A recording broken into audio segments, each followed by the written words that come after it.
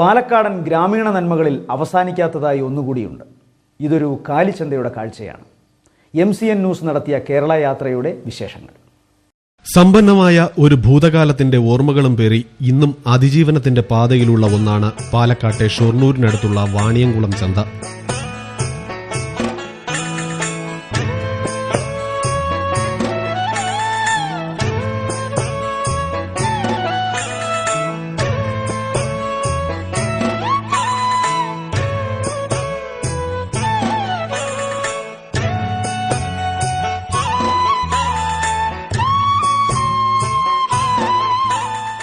ഏകദേശം 125 വർഷത്തെ പഴക്കമുണ്ട് വാണിയംകുളത്തെ ഈ കന്നുകാലി ചന്തയ്ക്ക്.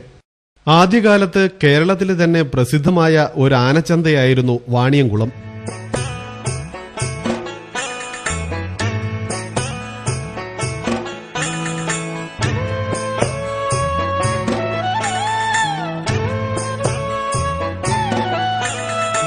ആനകൾ പ്രൗഢിയുടെ ചിഹ്നമായി കരുതിയിരുന്ന നമ്മുടെ നാട്ടുരാജാക്കന്മാർ ഗജശ്രേഷ്ഠന്മാരെ തേടി വാണിയംകുളത്തെത്തിയിരുന്നു.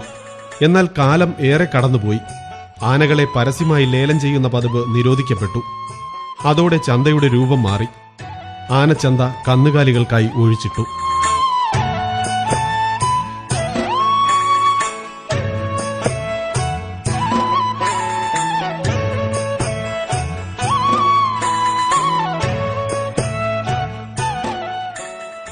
നേരത്തെ കോഴി, പച്ചക്കറി, ആട് എന്നിവയും വാണിയംകുളം വഴി ആവശ്യക്കാർക്കെത്തിയിരുന്നു.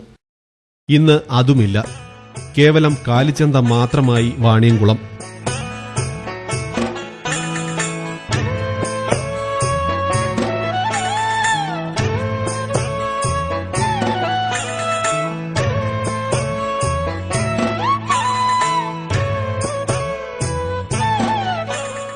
കുട്ടിക്കാലം മുതൽ തന്നെ വാണിയംകുളം ചന്തയിലെ സ്ഥിരം സാന്നിധ്യമാണ് പ്രദേശവാസിയായ പ്രഭാകരൻ. പ്രഭാകരന് ഇന്ന് പ്രായം 62. പക്ഷേ ചന്തയുടെ പഴയകാല ചരിത്രം ഇന്നും അദ്ദേഹത്തിന് കാണാപ്പാടം. ഇപ്പൊ നമ്മുടെ ഓർമ്മ വെച്ച ഒരു 100 ചില കൊല്ലത്തിന്റെ പഴക്കം കാണാനുണ്ട്. പിന്നെ ഇത് മുമ്പ് ആനച്ചന്തയൊക്കെ ഉണ്ടായിരുന്നു. അതൊരു 10-35-40 കൊല്ലമായിട്ട് ഇപ്പം മാറിയിട്ടുണ്ട്. പിന്നീട് ഉള്ള ഇത് സാഹചര്യങ്ങൾ കന്നിൻ്റെ കാര്യങ്ങളൊക്കെയാണ് കൂടുതൽ. പിന്നെ പച്ചക്കറി, കോഴി, ആട് ഇതൊക്കെയാണ് നിറയെ ഉണ്ടായിരുന്നത്. വലിയ കെട്ടിടങ്ങളുള്ള എന്നാൽ മോൾഭാഗം ആ കെട്ടിടങ്ങളൊക്കെ തകർന്നു പോയി കിടക്കുകയാണ്. ഇപ്പം ഇന്ന് കന്നുകാലി ചന്ത മാത്രമേ കുറച്ച് പച്ചക്കറി മാത്രമേ ഉള്ളൂ. ഇന്ത്യയിൽ ഏറ്റവും അധികം മാംസഭക്ഷണം ഉപയോഗിക്കുന്നത് കേരളത്തിലാണെന്നാണ് അടുത്തിടെ പുറത്തുവന്ന കണക്കുകൾ പറയുന്നത്. ഇതിലേറിയ പങ്കും കൈകാര്യം ചെയ്യുന്നത് ഈ പാലക്കാടൻ ചന്ത തന്നെയാണ്.